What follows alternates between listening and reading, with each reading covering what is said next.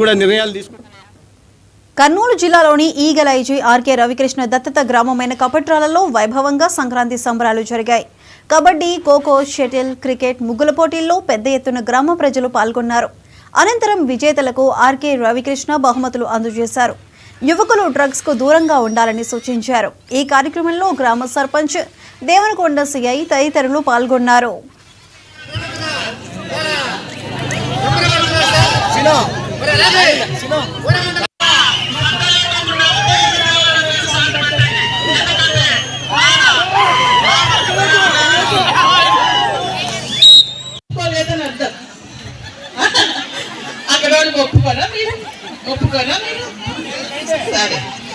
వీరందరినీ కూడా 2 పద్ధతులలో సహకార సంస్థగా తీసుకెళ్ళడం, రైతులు ఐక్యమత్యంగా ఉంటే సాధించలేని ఏముంటుంది వారు తర్వాత ఇక్కడ సహకార సంఘాన్ని పెట్టుకోవడం, ఆ సహకార సంఘం ద్వారా నాణ్యమైనటువంటి ఎరువుల్ని పురుగుమందుల్ని రైతులకు అందించడం.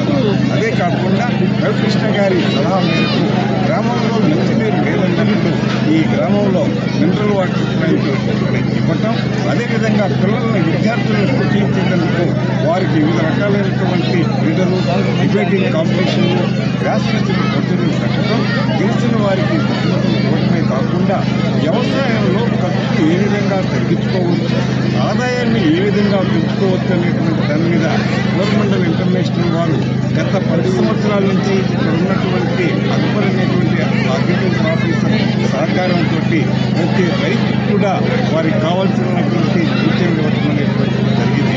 అదే కాకుండా మన కప్పట్రాల గ్రామానికి ఎవరైతే పిల్లల ప్రభుత్వం మొదటి 2వ ర్యాంక్ వచ్చిందో గత 10 సంవత్సరాల నుంచి కూడా వారికి స్కాలర్షిప్ అందజేయబడింది.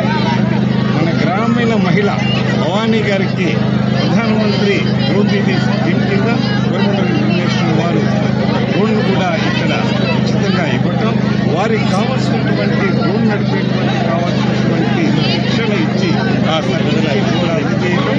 ఇవాళ ఆ గ్రామీణ మహిళ మన గ్రామంలో ప్రతిరోజు 15 నుంచి 20 ఎకరాలు డ్రోన్ సహాయంతో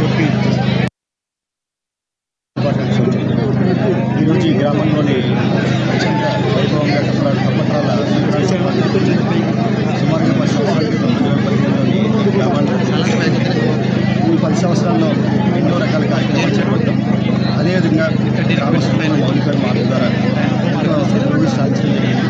ఆన్సపేట గ్రామీణ బ్యాంక్ కావచ్చు, మార్పు హై స్కూల్ కావచ్చు, అదేవిధంగా ఎన్నో కార్యక్రమాలు చేపడుతున్నాం. భవిష్యత్తులో కూడా